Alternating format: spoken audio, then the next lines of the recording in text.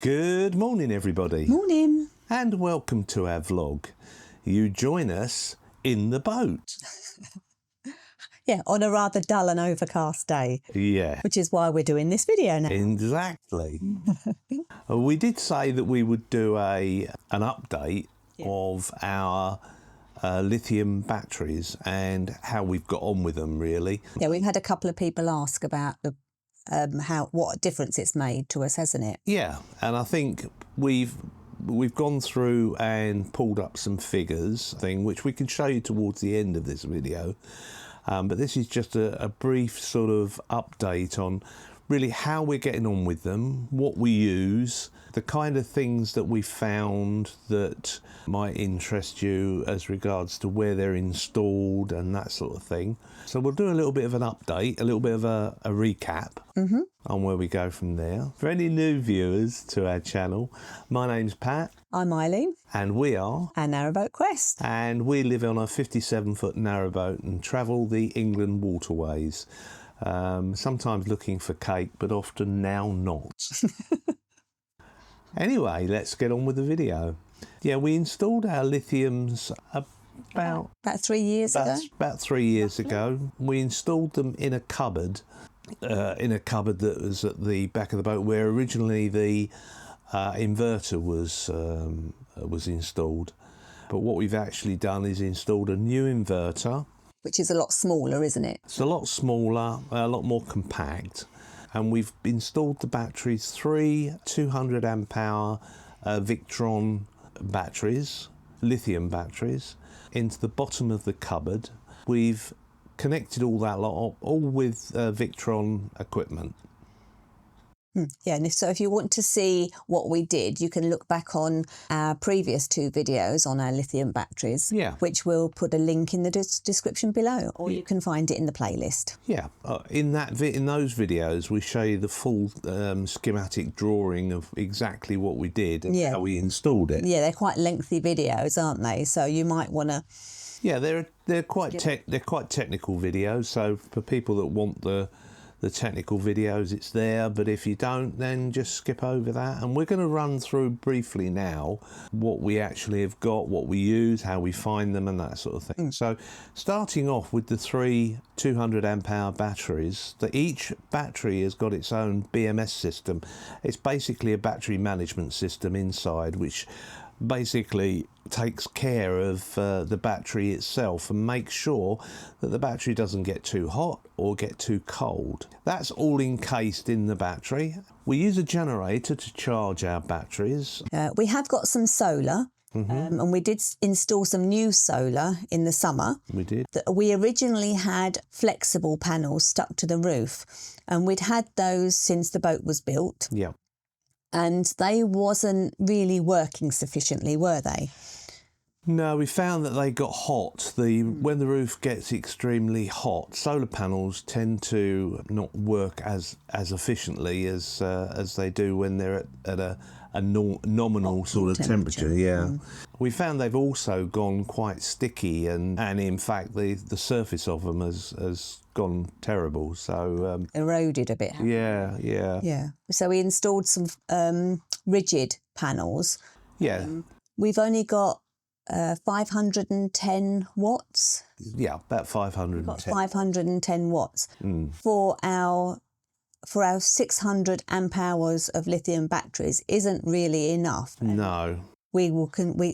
Pat can show you some figures to prove that it isn't really enough to charge the batteries. Yeah, we'll talk about that towards the end of the videos, where I show all the charts and give a little bit more in-depth information. But effectively, what we've got on the boat at the moment doesn't really give us enough. So how have we got on with the installation so far? About the usage of it, the practicalities of it, if you like. One of the things that I like that we installed was a management system, which meant that we were able to keep an eye on a day-to-day basis. We can look at the the little screen that we've got, and we can see where the batteries are, whether they're at 100%, whether they're at 50%, or where they are. And based on that is how we manage the usage of our electricity, and how we take care of the batteries in the sense of where we top them up, when we top them up, and how far we allow them to go down. We tend to run the generator well, in the winter months, around 2 hours a day. Yeah. It depends what else we're doing. We are quite high users. Yeah. Because we've got the generator, we've bought a multi-cooker, because that gives the generator something to do, basically.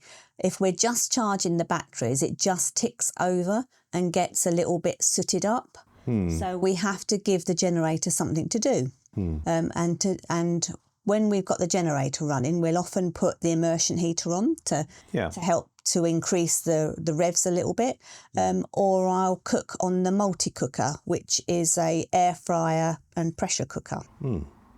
The generator is a single cylinder engine, and it will get sooted up quite badly if you don't run it at sort of its optimum speed. So, and how do we find that works in general? So that works pretty well, really, because we like I said, like Pat said, we tend to run the generator about 2 hours a day, and we try and do that in the late afternoon, early evening when I'm cooking. So we coincide it with that time of day. We have found some problems with that. If we use the multi-cooker, the generator is kind of revving up and dropping back and revving up and dropping back every time the power increases and then drops off, because the multi-cooker kind of switches in and switches off. And what we've kind of come to a conclusion that it is better to actually run just the immersion heater to give it a little bit of power, but it's a steadier power all the time, a constant. So what we've been doing recently, and it is only recently, we've been leaving the generator on and taking it up a little bit higher than we previously have in the last 6 months. We've been taking the batteries up to about 90%. That then allows us to then, during the evening, use the multi-cooker to cook anything without using the generator at the same time, which means that the generator is at a constant rev. Yeah. So we've kind of adapted things as we've gone along. Yeah. But it is, nevertheless, it is working really well. Yeah. And we can take as much power as as the batteries can give. So that's the thing. So we can charge them up a little bit more, and then I can use the multi-cooker, I can use a hairdryer. I think one of our problems with the lead acid batteries when they were getting a little bit older was the fact that we couldn't put our heating on. If you watch one of our previous videos, we couldn't even put the heating on in the morning because there wasn't enough battery power the first thing in the morning to put the heating on. All of those problems have been solved now. We can do what we want. We use an electric kettle all the time. We permanently use an electric kettle. It saves us quite a lot on gas. We're probably only using... we used to go through one gas bottle every 3 months, but now I think it's difficult to tell because we were off the boat for a little while during the summer months. But we believe it's... But it's about 4 or 5 months now. About 5 months. About 5 months of one bottle. And I still bake in the gas oven. Bake bread and cakes and that sort of thing. I still bake in the gas oven. Not often enough for me, though. But I do mostly everything else in the multi-cooker. That's quite useful. The kettle itself is only a low wattage. Well, it's 1,000 watts. It's actually under 1,000 watts. It's about 900 watts. But of course, we use that during the day. So we find that, as I say, once a day for 2 hours. Roughly 2 hours. Sometimes it takes a little bit more. Sometimes a bit less. If we've cruised, it might be a bit less. If it's if we've been stationary for a week or more. It might find it might be a little bit more, but it's not much more. 2 to 3 hours maximum during the day. We're using about half a tank of diesel, which is about 100 litres a month. Yeah, in the winter. So that's not too bad. I've done some calculations. Again, all this will be at the end to work out what the actual kilowatt hours and what the pence per kilowatt roughly we're actually getting. It's kind of a ballpark figure because obviously you've got the heating and we've got the propulsion as well. So, and we haven't really travelled very much over the last 6 months, to be honest. No, we're very slow at travelling at the moment. We've been quite slow so far, haven't we? Since we moved back on board in June, or May. May, it's been a bit of a slow. Yeah. We've been kind of getting used to bringing the car with us, and we've had appointments in Kent, so we've kind of stuck around a certain area, but just moved slowly north, haven't we? And of course, because we haven't, it's only really the last 6 months that we've got these figures for. We've got figures going back a lot further than that. Of course, we weren't actually on the boat necessarily full time, or if we were in a marina for a short period of time. So we were using some shore power. Yeah, so figures are unreliable, really. Well, they're not unreliable, but it's just that they are different figures from what we are. We're trying to give you an idea on what it is to be off grid completely, out continuously cruising, and that's what we've been doing permanently for the last 6 months. There's the odd 2 weeks, I think, in the figures that we've got where we actually left the boat for 2 weeks and we travelled up to Scotland. But other than that, they've done quite well. I've inspected the batteries recently, done my normal checks because I check the wiring and check the batteries themselves, and all looks good. Check the batteries on, we have a Bluetooth app that connects to each individual battery, so we can tell what the condition of each individual battery is.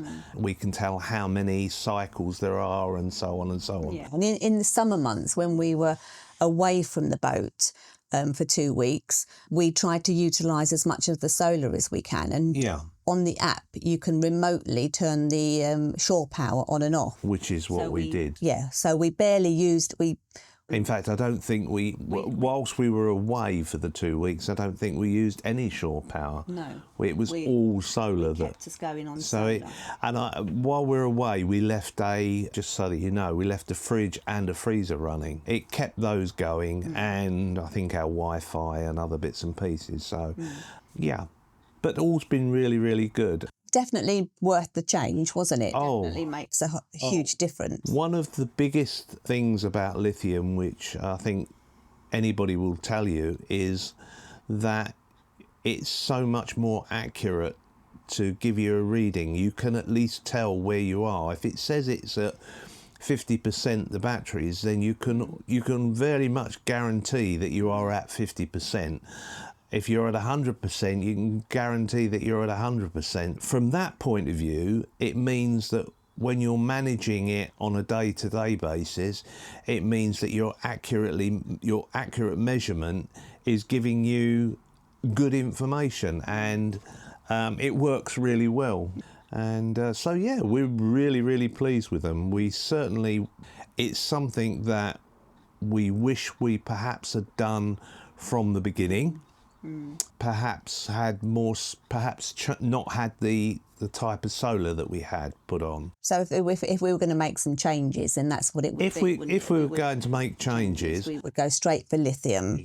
And have more solar. Yeah, and as we've said with the information at the end of this, with the decision we have now is that we know that we haven't got enough solar, but looking at the figures that we've got, we are not sure whether it's feasible or whether it's best for us to actually increase the solar that we've got, because there's a payback on solar. If we have to spend another £500, £600, £700 on more solar, how long is it going to take before we get that money back? It is an investment, and we've invested in what we've got on the roof now, but looking at the payback from it, I'm not so sure that we're going to gain anything more from it. In the summer, you certainly would do, because it would mean that you wouldn't have to run. We probably don't have to run the generator anyway in the summer. We'll find out this year. Well, yeah, I think during the last summer, I think we run it when I was cooking. Yeah, didn't I? Yeah. But of course, in the summer, of course, we tend to have a lot more salads and that type of thing. So we don't do cooking, isn't there? Yeah, we don't do as much cooking. Therefore, you know, it's not as necessary. But obviously, in the winter, it is more. But and then you don't get the payback, do you, in the winter. So. But we find the talking about the cooker, the multi-cooker, we find the multi-cooker really good because it does the pressure cooking and it does the oven part. You can do the small batches that we've got that we make for ourselves food-wise, saves us probably a lot of money in gas. In gas, yeah. Because you have to preheat the oven. Yeah. And it's not that efficient, to be honest with you. I mean, I've got the gas oven. I've got an external thermometer which I put in, and it reads nowhere near what the gas marks should be.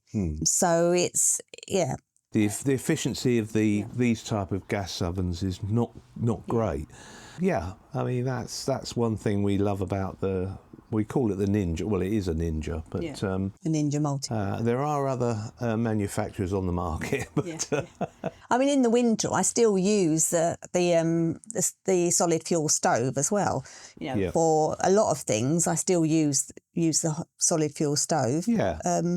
But for things like roast potatoes and roast meats and fish and things, it's handy for that because it reduces the cooking time considerably. I mean, you cook a whole meal in there. Yeah, I could cook a whole roast dinner, more or less. I tend to cook vegetables on the stove, but the roast potatoes and the roast meat I do in the multi-cooker. Yeah, so there we are. That's basically what it's all about. I hope you have enjoyed this video. It's sorry if it's been a little bit long, but give you the figures at the end, and you can make up your own mind from there. But certainly, it is well worth it from our perspective. We believe that we made the right choice, although we wish we had done it earlier, as we said earlier. Yeah. But with that, we'll say thank you very much for watching. Thank you very much to all of our supporters that have kept us supported. We do pay out for music and stuff like that. Any money that comes in from YouTube or from our donations goes to our music, goes to put back into the channel, basically to keep us running and make things better, microphones and various other things. So and with that, we'll say thanks for watching. Thanks for watching, and we'll speak to you next time. Yeah. Bye for now. Bye for now. Here is the overall graph for the past 6 months' usage for solar, generator and battery, the state of charge and the consumption. This data has been collected from the Victron site using our VRM software. All the data collected gets transmitted to Victron on a regular basis and is live data available to us at any time. You will see from the graphic that there are 4 main areas that are being used. Starting from the bottom left, we have no AC input labelled as to AC input.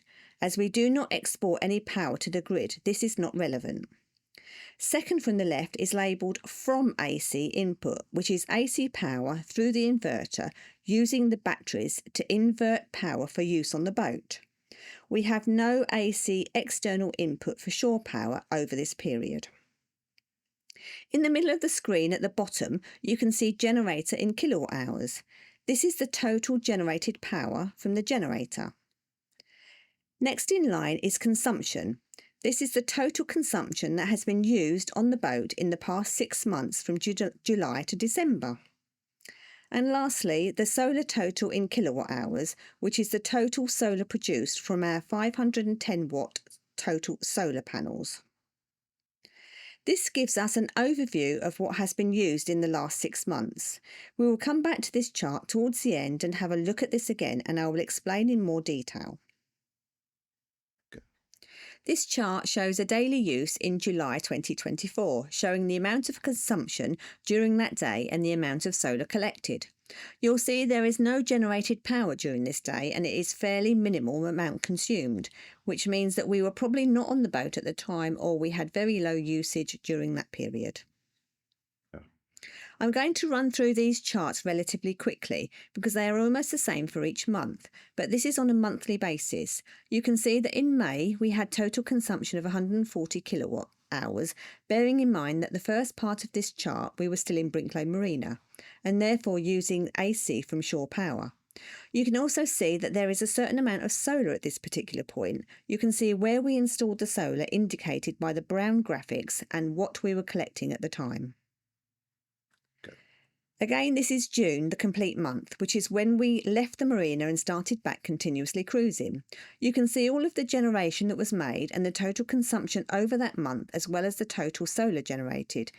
If you look at the blue line at the top, you can see the battery levels and how deeply discharged the batteries were. The centre line is the average battery level and the top and bottom lines are the maximum and minimum discharge level. This is July and you can see the solar activity throughout that period and when the generator was used. The total consumption is 207 kilowatts. In this graphic you can clearly see that during the August there were 2 weeks that we were away from the boat. As explained previously, the boat was plugged into AC shore power. However, it was turned off from within the boat remotely, which means that the period in the middle of this graph showing the 2 weeks has only solar power. And as you can see, that the batteries remain fairly charged. In September, the generator was used considerably more and the solar was starting to drift off. We were also using the Ninja to cook more and we consumed 258 kilowatt hours, bearing in mind this includes lighting as well as heating and most of our cooking. In October, you can see that the generator is now mainly being used and that the solar is extremely minimal. Solar is 14.7 kilowatts and we consumed 337 kilowatts and generated 138 kilowatts. 140 kilowatts of AC was consumed via the inverter from the batteries. November is a similar story to October, but again and again the generator is being used more often and the solar is dipping off quite significantly at this point. In December 2024, you can see there were a couple of days where we were away from the boat. There was no generation and only solar power. The solar power had by this time gone down significantly each day. This chart shows the total solar for July each day and tells you where the power was being used. You can see there is a direct use at the bottom and 30.7 kilowatts went direct to the batteries. This means that we were using solar directly into the boat for 12-volt purposes, as well as providing generated power from the solar to the batteries. This chart shows September. We haven't gone through all of the charts we picked out. We're just giving you an example of one or two. This is the solar yield in September and where it was used. This is our total consumption of power used for the 6 months, July to December 2024, and a breakdown of where the power came from. So this is a similar chart, except it's showing the solar over the past 6 months. It gives us a total of 136 kilowatts, where the direct use was and how much went into the batteries. This is a similar chart, but for the generator over that period of 6 months, from July to December 2024. As you can see, we're back at the chart that we previously showed you and a couple of things to point out. Note the amount of charge and discharge of the batteries denoted in blue at the top goes between 100% and around 45%. At no time throughout the 6-month period did we dip below 45% of the battery usage. This is quite important. For optimal life expectancy, the batteries should be used between 80 and 40% with a monthly 100% charge. Yeah. The last chart in this video is of our system screen showing the generator running and what it is generating. The AC load shown is the immersion heater running and anything else that we have plugged in.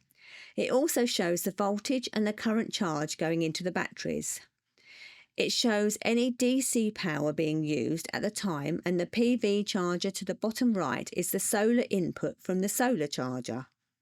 This is how we monitor our batteries on a daily basis and are able to keep the batteries in good condition as well as provide us with the power that we need. Here is a breakdown of our costs from solar, generator and the engine. We don't have direct monitoring on the engine values, so they are taken from extrapolating data from the totals, and these are approximate figures from the actual mileage based on the journeys that we took. And we leave you with the final figures and total cost of running our narrowboat over this 6-month period. We've researched some information from Ofgem, which is at the bottom of the screen for comparison. Many thanks for watching, and we'll speak to you again in the next video. Bye for now.